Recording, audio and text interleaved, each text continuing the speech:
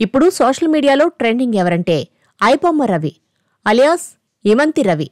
సినిమాల పైరసీ కేసులో నిందితుడు ఐబొమ్మ వెబ్సైట్ నిర్వాహకుడు రవి పోలీసులకు సరిగా సహకరించడం లేదంటున్నారు.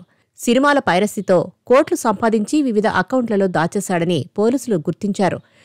విదేశాల్లో వందలాది ఏజెంట్లను ఏర్పాటు చేసినట్లు పేర్కొన్నారు. విచారణలో రవి పొంతనలేని సమాధానాలతో పోలీసులను ఇబ్బంది పెడుతున్నాడు.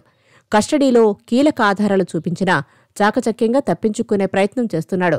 విదేశీ సర్వర్లు, యూకే కరేబియన్ స్టాఫ్పై ప్రశ్నలకు సమాధానం దాటవేశాడని తెలుస్తోంది. ఈఆర్ ఇన్ఫోటెక్ పేరుతో రవి కొనుగోలు చేసిన డొమైన్కు సంబంధించి పోలీసులు కీలక ఆధారాలు సేకరించారు. తాను అరెస్ట్ అవుతారని రవికి ముందే తెలుసని, అరెస్టుకు ముందు ఫోన్, హార్డ్ డిస్క్లో కీలక డేటా డిలీట్ చేశాడని గుర్తించారు.